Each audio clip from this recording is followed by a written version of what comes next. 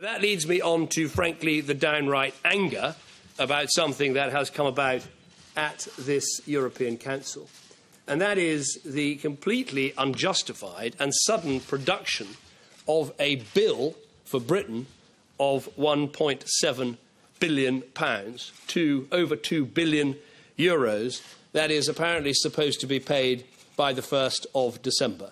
This is completely unacceptable.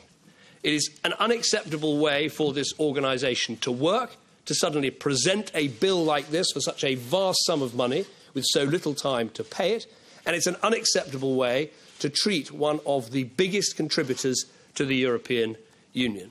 That is why this morning I interrupted the Council meeting that was discussing the economy and said that before we went any further, this had to be discussed urgently and we needed to start to seek a resolution to it urgently. And in that, I was supported by the Italian Prime Minister, by the Dutch Prime Minister, by the Maltese Prime Minister, the Greek Prime Minister and others. And so there will be an emergency meeting of finance ministers to discuss what has happened. And I think it's vital that that happens.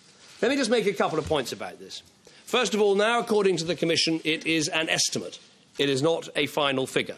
And we need to make sure the Commission start answering questions and the experts start answering questions about how on earth these numbers were arrived at.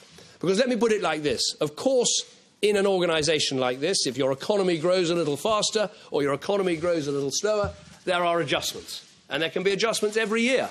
And we've seen them. Sometimes you pay a little bit more, sometimes you pay a little bit less. But it has never been the case that a €2 billion bill has suddenly been presented. And it is not acceptable. It is an appalling way to behave. I'm not paying that bill on the 1st of December. If people think I are, they got another thing coming. It is not going to happen.